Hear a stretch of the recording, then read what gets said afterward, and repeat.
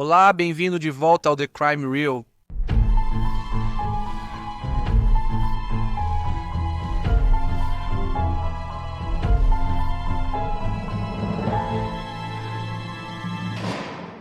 O caso de hoje não é apenas chocante por sua depravação, mas também pela ineficácia da polícia, o que permitiu que um criminoso violento continuasse à solta, por muitos anos, continuando seu reinado de terror sobre as mulheres de Glasgow.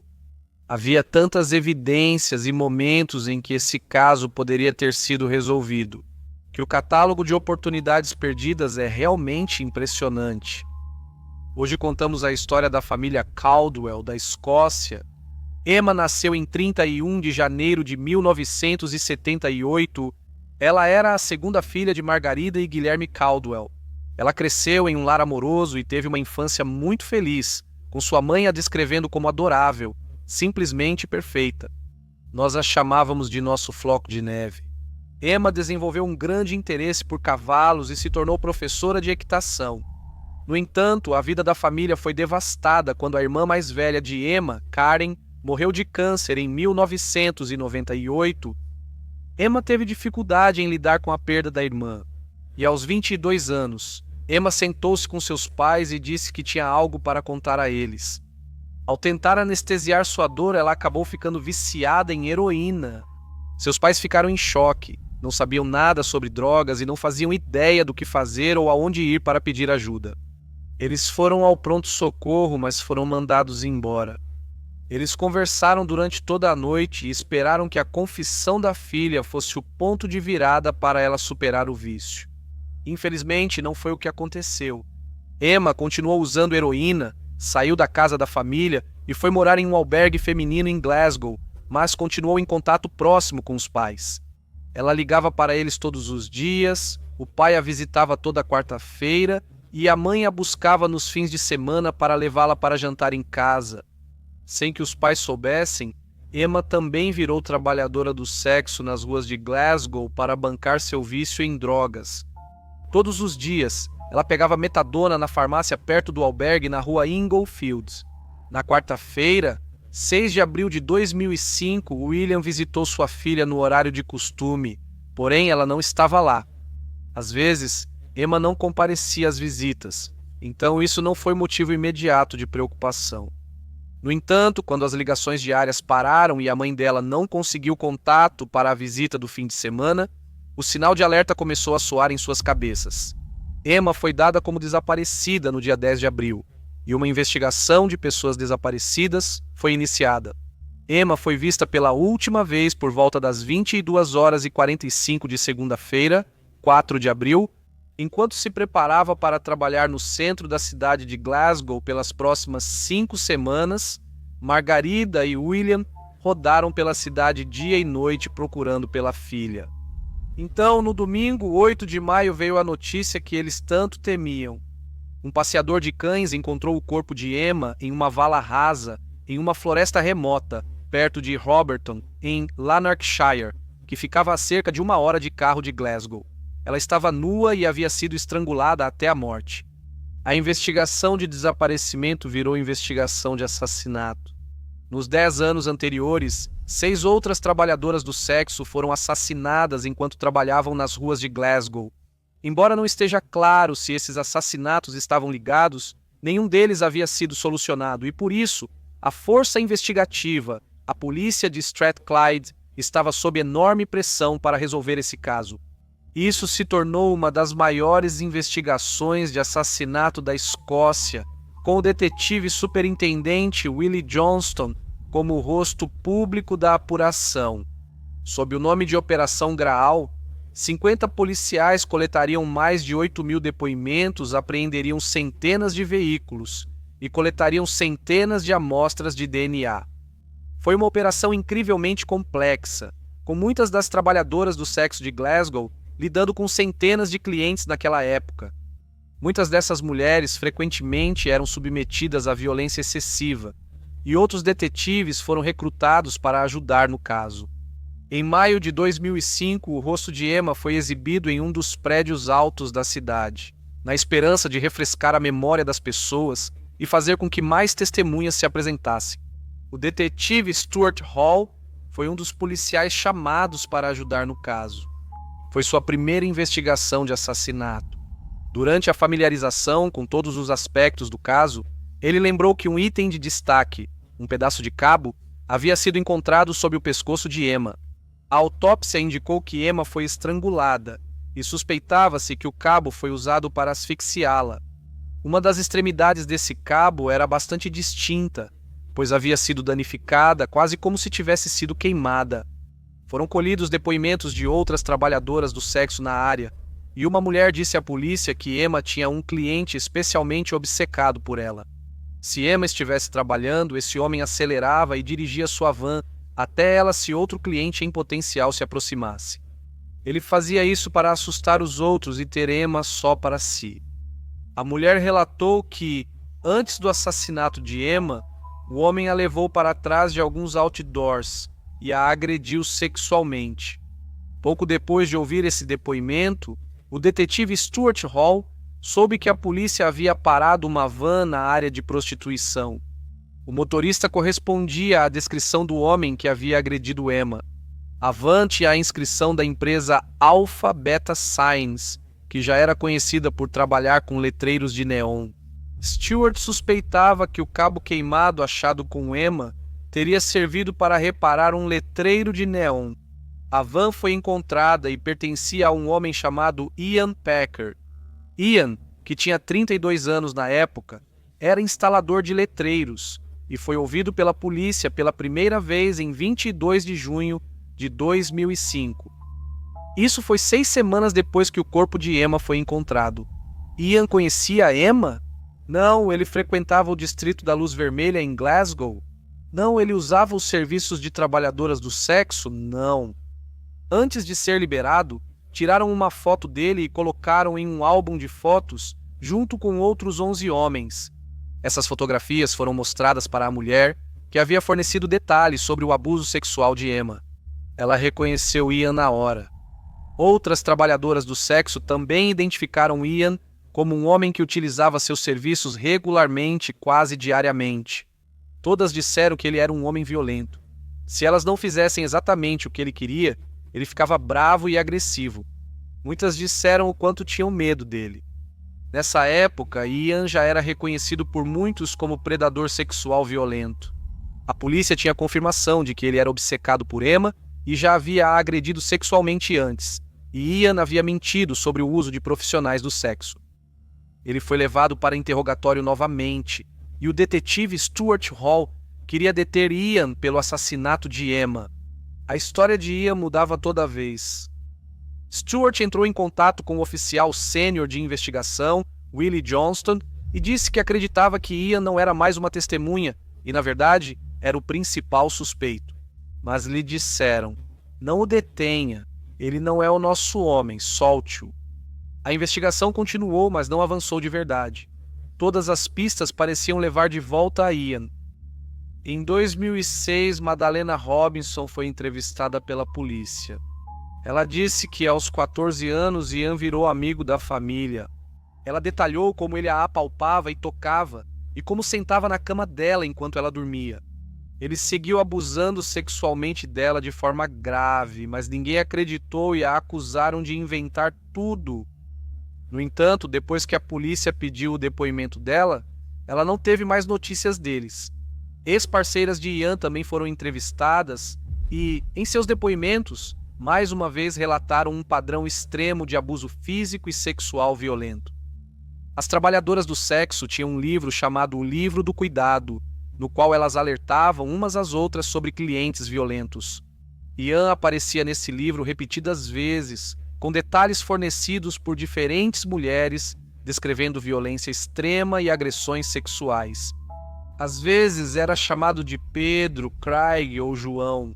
Ele era baixo, com físico forte, e sua extrema falta de higiene fazia muitas mulheres acharem que era questão de poder. Ao verem as fotos, todas confirmaram que suas anotações do livro eram sobre Ian. As trabalhadoras tentaram denunciar os ataques à polícia, com uma delas entrando em detalhes sobre como Ian tentou estrangulá-la. Nos meses que antecederam o assassinato de Emma, Um segurança se aproximou da van enquanto ela estava sendo atacada e ela conseguiu escapar. No entanto, quando 2 policiais a pararam enquanto ela fugia, ela contou a eles o que havia acontecido. Eles disseram que ela não deveria estar trabalhando na área e ela foi presa por prostituição. A equipe que investigava o assassinato continuou a coletar evidências. Eles perguntaram a muitos dos trabalhadores se já tinham sido levados para um local remoto semelhante ao onde o corpo de Emma foi encontrado. A polícia tomou depoimentos de outras 3 mulheres que haviam sido levadas para o que se acreditava ser o mesmo local remoto. E também mais 6 mulheres que haviam sido levadas para um local diferente. Todas foram abusadas sexualmente, todas identificaram Ian como o agressor. Pauline, uma trabalhadora, relatou que Pedro a levou para fora da cidade por uma rodovia e depois para o interior, no meio do nada. Ele parou e insistiu que ela tirasse toda a roupa. Quando ela não obedeceu, ele ficou agressivo. Ela tentou acalmá-lo, mas quando não conseguiu, acabou cedendo às exigências dele. Durante as entrevistas com a polícia, ela mencionou várias vezes esse local remoto.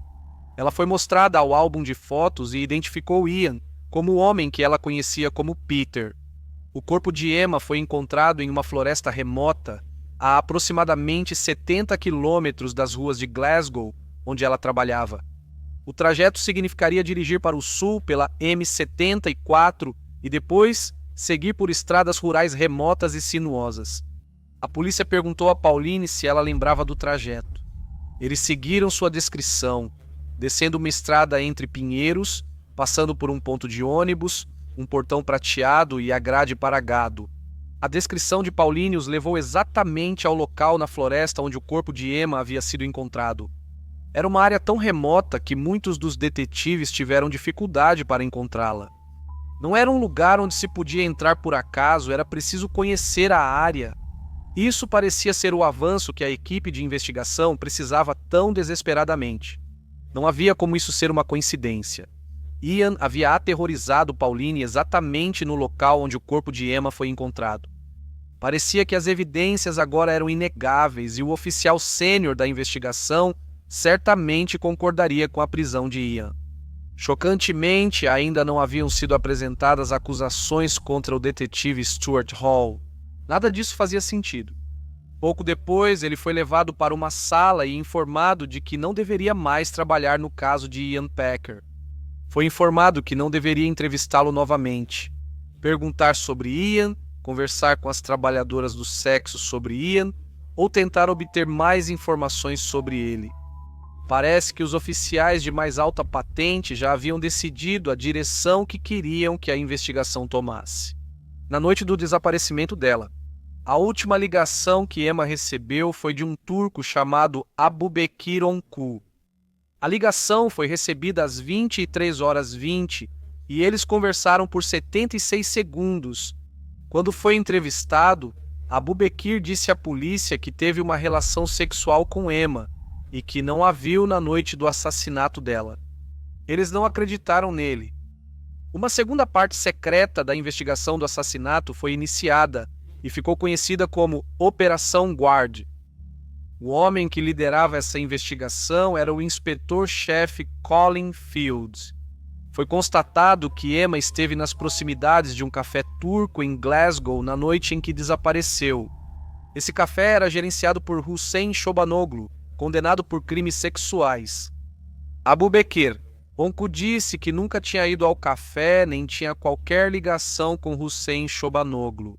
No entanto, sabia-se que algumas das trabalhadoras do sexo tinham trabalhado e, por vezes, sido agredidas sexualmente nesse café. Os oficiais superiores acreditavam que Emma tinha sido assassinada no café e ordenaram vigilância. Na tentativa de ligar Abubekir Onku a Hussein Shobanoglu e ao café, as provas não se concretizaram. O caso contra os homens turcos parecia estar em apuros até que a perícia encontrou 2 manchas de sangue de Emma na roupa de cama do café. E os oficiais superiores levaram o caso para o próximo nível. Eles autorizaram o nível mais intrusivo de vigilância possível, grampeando o café turco com dispositivos de vídeo e áudio ocultos sendo instalados no local. Um policial turco disfarçado também foi enviado com a esperança de que os oficiais superiores conseguissem as provas incriminatórias de que precisavam para avançar com o caso. No entanto, para que o eventual caso contra os homens turcos se sustentasse no tribunal, todos os outros suspeitos em potencial precisavam ter sido localizados, interrogados e eliminados da investigação. Isso significava descartar definitivamente Ian Packer, o homem contra quem tantas evidências apontavam culpa. Em agosto de 2006, o detetive David Barr recebeu a instrução de entrevistar Ian novamente e obter uma declaração confirmando que Ian conhecia Emma Caldwell. Mas, de acordo com David, ele foi informado por um oficial sênior da investigação, Willie Johnston, que não importa o que Ian dissesse, ele nunca seria acusado neste caso. Durante essa entrevista com o detetive David Barr, Ian admitiu conhecer Emma e usar os serviços dela e de outras trabalhadoras do sexo. Ele afirmou que havia mentido anteriormente porque estava com medo. Ele também disse que a levou para o interior, até a área onde o corpo dela foi encontrado. Nesse momento, o policial responsável pelo interrogatório, Willie Mason, quis deter Ian pelo assassinato de Emma. Eles entraram em contato com Willie Johnston em casa, que reiterou sua orientação anterior de que Ian não estava sendo acusado de nada e que o deixassem ir para casa. Willie Mason então questionou isso com o detetive-chefe inspetor Colin Field, que ele acreditava estar por trás da decisão. Colin Field disse que Ian não era suspeito, neste caso. Os turcos fizeram isso, ao que Willie Mason respondeu com o maior respeito. Como ele não pode ser suspeito? Ele é a única pessoa que já admitiu ter levado ela ao local do assassinato. Colin Field disse que não houve investigação sobre Ian, que Ian não matou Emma e que ele tinha fatos para provar que os homens turcos cometeram o assassinato. Dias depois, Willie Mason foi informado de que seus serviços não eram mais necessários. Na investigação, ficou claro que era a Operação Secreta Guard e não a Operação Pública Grail que estava comandando tudo. Logo depois, houve uma reunião para todos os envolvidos, onde todos foram informados sobre o histórico da Operação Guard. O informe era que 4 homens turcos haviam sido identificados como os assassinos de Emma no café turco na Bridge Street, e qualquer outra pessoa que eles suspeitassem de envolvimento deveria ser esquecida. Como os assassinos de Emma foram encontrados, disseram que gravações captaram os homens falando do crime de um jeito que só os autores saberiam. Usando frases como, eles trouxeram ela aqui, não trouxeram? Sim, levaram a garota até o fim. A garota já veio aqui alguma vez? Sim, ela veio. Mas nenhuma dessas frases pode provar a culpa deles. Então, a vigilância continuou para garantir que não houvesse nada que pudesse ser contestado no futuro julgamento desses homens. Eles precisavam garantir isso. A confissão de Ian sobre levar Emma, Pauline e outras trabalhadoras do sexo para a floresta, que depois afirmou ter inventado por pressão policial, não seria considerada verdadeira. Ian foi levado de carro por alguns policiais que pediram para ele mostrar onde o corpo de Emma foi encontrado. Ian afirmou que não sabia para onde estavam indo e, quando perguntaram se deveriam virar à esquerda ou à direita, ele apenas disse, vire à esquerda. Ele acabou levando os policiais diretamente ao local remoto que era tão difícil de encontrar.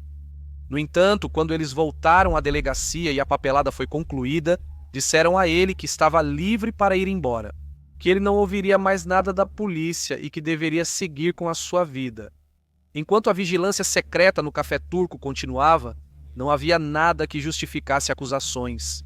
Foi tomada a decisão de revisar as milhares de horas de gravações em equipamentos melhores, na esperança de encontrar algo que havia sido perdido. Em uma gravação do dia 7 de abril de 2006, a polícia disse que ouviu, através do casaco no cassino, que eles mataram a garota. Perto do café havia um cassino, onde foram encontrados 2 itens durante uma busca. Uma peça de roupa, que os oficiais superiores decidiram que pertencia a Emma, e um chaveiro de ferradura, que poderia ter pertencido a Emma, especialmente devido ao seu amor por cavalos. Eles acreditaram que essa era a peça final do quebra-cabeça.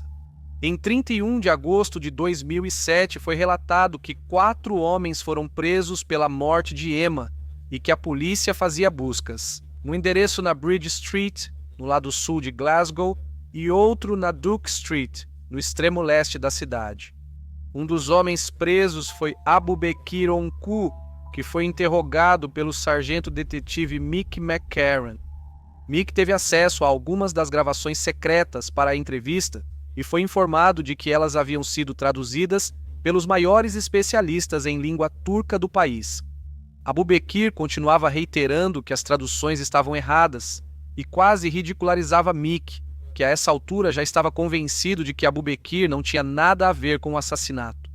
No entanto, Mick foi repetidamente orientado pelos oficiais superiores a continuar com a entrevista e, conforme instruído, ao final da entrevista, Mick acusou Abubekir do assassinato de Emma. Em poucas semanas, um dos advogados de defesa dos homens contestou a precisão das traduções e a polícia foi orientada pela coroa a mandar retraduzir as fitas. Descobriu-se que as fitas não foram, na verdade, traduzidas por especialistas que falam turco, mas sim por outros policiais de ascendência turca. Um deles admitiu prontamente ter compreensão limitada do turco, enquanto o outro tinha educação equivalente ao ensino médio. Quando as gravações foram verificadas por tradutores independentes qualificados, nenhuma confissão comprometedora foi ouvida. Elas haviam sido traduzidas incorretamente ou citadas erroneamente e fora de contexto. A conversa sobre pertences perto de um cassino na verdade não aconteceu. As roupas e o chaveiro nunca foram comprovados como de Emma, e as pequenas manchas de sangue no colchão tinham explicação fácil. Como já se sabia que Emma havia trabalhado no café nesse momento, a investigação, que custou aproximadamente 4 milhões de libras, foi encerrada. Surpreendentemente, nos anos que se seguiram, Ian nunca foi responsabilizado pela polícia. Em 2018, ele participou de uma entrevista na qual disse que queria contar o seu lado da história, como muitos achavam que ele era assassino. Na entrevista, ele admitiu o uso ocasional de profissionais do sexo, mas negou ser violento ou agressivo com elas. Ele negou ser um predador sexual violento, negou ter abusado sexualmente ou assassinado Emma.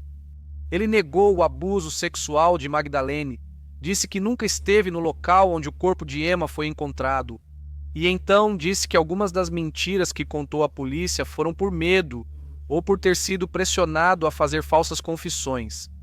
Levaria mais 4 anos e mudanças nas autoridades. Para que Ian fosse finalmente acusado do assassinato de Emma, ele continuou a afirmar sua inocência. No dia 28 de fevereiro de 2024, após um julgamento de 6 semanas e 4 dias de deliberação do júri, ele foi considerado culpado de matar Emma. Além de outras 32 acusações contra 22 mulheres diferentes, a maioria cometida após o assassinato de Emma, ele foi condenado a pelo menos 36 anos de prisão.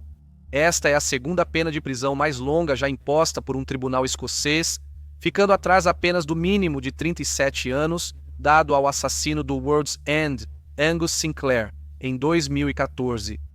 Em 7 de março, o governo escocês anunciou uma investigação pública conduzida por um juiz, e o Lorde Advogado confirmou que uma investigação criminal sobre a primeira investigação policial também está planejada. Levaria 17 anos para Ian ser preso pelo assassinato de Emma, e não está claro exatamente quantas outras mulheres sofreram em suas mãos durante esse tempo. Ataques que poderiam ter sido evitados se as evidências relacionadas ao assassinato de Emma tivessem sido seguidas e se os policiais que apresentaram um caso claro contra ele tivessem sido realmente ouvidos.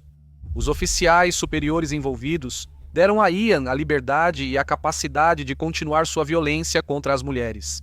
O oficial investigador sênior, superintendente detetive Willie Johnston, se aposentou em 2006. O chefe superintendente detetive Colin Field se aposentou em 2014. A polícia da Escócia afirmou que Emma Caldwell, sua família e muitas outras vítimas foram decepcionadas pelo trabalho policial em 2005.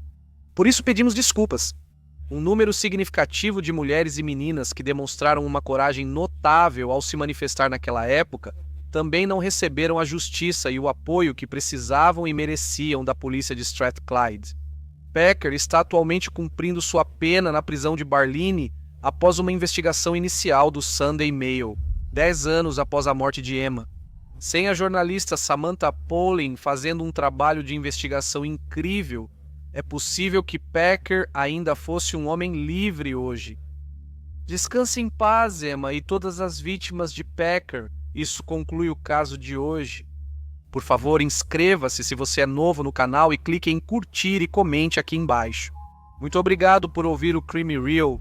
Fique seguro. Até logo, PST. Até mesmo a ex-esposa de Packer disse em uma entrevista que Packer tentou matá-la há 9 anos. Adeus.